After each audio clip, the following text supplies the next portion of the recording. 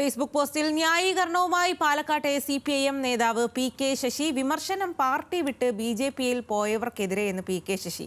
കൂടെ നിന്ന് ചതിച്ചവർക്ക് വരാനിരിക്കുന്നത് മോഹഭംഗത്തിന്റെ കാലമെന്നത് അടക്കമുള്ള വിമർശനങ്ങളുമായി ശശി ഫേസ്ബുക്ക് പോസ്റ്റ് ഇട്ടത് ഇന്നലെയാണ്. അപ്പോ കാണുന്നവനെ അപ്പ എന്ന് വിളിക്കുന്നവർക്കിനി ദുരന്തകാലം. ആത്മാഭിമാനം പണയപ്പെടുത്തരുതെന്നും ശശിയുടെ ഫേസ്ബുക്ക് പോസ്റ്റ്.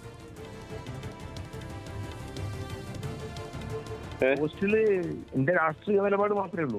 പോയിട്ട് പാർട്ടിയിൽ നിന്ന് പോയിട്ട് BJP പോയില്ലേ, ഇന്ന് ചില സ്ഥാപനങ്ങള് പൊളിച്ചില്ലേ, അത്തരം ആളുകൾക്ക് നിൽക്കാൻ കഴിയില്ല എന്നുള്ള രൂപത്തിലുള്ള മെസ്സേജാണ് കൊടുത്തത്. അതാണ് വിഷയം. അതാണ് സൂചിപ്പിച്ചിട്ടുള്ളത് അല്ലേ?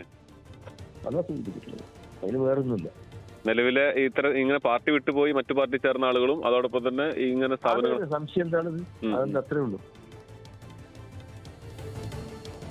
വിവരങ്ങളുമായി പ്രസാദ് ഉടുമ്പിശ്ശേരിയാണ് ചേരുന്നത്. പ്രസാദ്, പാർട്ടി അച്ചടക്ക നടപടി നേരിട്ട ശശിയെ തരം താഴ്ത്തി അടക്കമുള്ള നടപടികൾ ഉണ്ടായിരുന്നു. അതിന് പിന്നാലെ ഇങ്ങനെ ഒരു പോസ്റ്റ് ഇട്ടപ്പോൾ പാർട്ടിക്കെതിരെ തന്നെ ആയിരിക്കും PK ശശി ഒളിയം പെയ്യുക എന്നാണ് നമ്മൾ മാധ്യമങ്ങളടക്കം അത്തരം വാർത്തകൾ കൊടുത്തിരുന്നു. എന്നാൽ അങ്ങനെയൊന്നുമല്ല, BJPയിലേക്ക് പോയവർക്കെതിരെയാണ് തൻ്റെ വാക്കുകൾ എന്ന് PK ശശി പറയുമ്പോൾ അതിൽ നിന്നും എന്താണ് മനസ്സിലാക്കേണ്ടത്? സ്വാതി, PK ശശിക്ക് അത് മാത്രമാണ് നിലവിൽ പറയാൻ കഴിയുക. കാരണം ആ പോസ്റ്റ് വായിക്കുന്ന ഏതൊരാൾക്കും മനസ്സിലാകുക PK ശശി ഇതുമായി ബന്ധപ്പെട്ടുകൊണ്ട് കഴിഞ്ഞ തവണ നമ്മൾ പാർട്ടിക്കകത്ത് നടത്തിയ അന്വേഷണത്തിൻ്റെ ഭാഗമായി ജില്ലാ സെക്രട്ടേറിയറ്റിൽ നിന്നും ബ്രാഞ്ചിലേക്ക് തരം താഴ്ത്തപ്പെടുകയും അതോടൊപ്പം തന്നെ PK ശശിയുടെ ഒപ്പം നിന്ന മണ്ണാർക്കാട് ഭാഗത്തെ CPMൻ്റെ പല നേതാക്കളും പിന്നീട് ഔദ്യോഗിക പക്ഷത്തേക്ക് CPM ജില്ലാ സെക്രട്ടറി EN സുരേഷ് ബാബു ഉൾപ്പെടെയുള്ള ആളുകളുടെ പക്ഷത്തേക്ക് മാറുകയും ചെയ്ത ഒരു കാഴ്ചയാണ് നമ്മൾ കണ്ടത്. അതോടൊപ്പം തന്നെ PK ശശി ഏറെക്കുറെ പൂർണ്ണമായും ഒറ്റപ്പെടുന്ന ഒരു സാഹചര്യവും ഉണ്ടായിട്ടുണ്ട്. ഈ പോസ്റ്റിലെ പ്രധാനപ്പെട്ട ആദ്യത്തെ വരികൾ തന്നെ പറയുന്നത് 2024 പ്രതിസന്ധിയുടെ ഒരു കാലം എന്നുള്ളതാണ്. അപ്പോൾ കാണുന്നവനെ അപ്പ എന്ന് വിളിക്കാനും കാര്യം കാണാൻ ഏതവൻ്റെയും പെട്ടി ചുമക്കാനും മടിയില്ലാത്തവർക്ക് സുന്ദരകാലമായിരുന്നു. അവരെ കാത്തിരിക്കുന്നത് മഹാദുരന്തമായിരിക്കും എന്നുള്ളതാണ് ഒന്ന് പറയുന്നത്.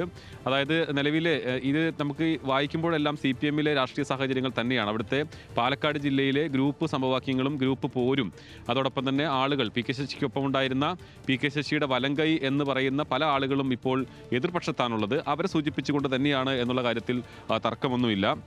അതോടൊപ്പം അതിൽ ഏറ്റവും പിന്നീട് പറയുന്നത് കൂടെ നിന്ന് കുതികാൽ വെട്ടിയും ചതിച്ചും ഗിയാമെന്നാൾ വരെ സുഖിക്കാമെന്ന് കരുതുന്നവർക്ക് നഷ്ടത്തിൻ്റെയും മോഹഭംഗത്തിൻ്റെയും കാലമായിരിക്കും വരാനിരിക്കുന്നത് എന്നുള്ള. ലോകാവസാനം വരെ കുതികാൽ വെട്ടിയൊക്കെ സുഖിച്ച് ഇരിക്കാമെന്ന് കരുതുന്നവർക്ക് അത് മോഹഭംഗത്തിൻ്റെ കാലമായിരിക്കും എന്നുള്ളത് തന്നെയാണ് പറയുന്നത്. ഒരാളുടെ മുമ്പിലും ആത്മാഭിമാനം പണയപ്പെടുത്താതിരിക്കുക, ആരുടെ മുമ്പിലും ചെറുതാവാതിരിക്കുക, എവിടെയും സ്വന്തം അഭിപ്രായം പറയാൻ മടിക്കാതിരിക്കുക, ഉയിര് പോകും വരെ ഉശിരി കൈവിടാതിരിക്കുക എന്ന് തുടങ്ങിയുള്ള ഒരു വലിയ പോസ്റ്റാണ് അതിനകത്ത് പറയുന്നത്.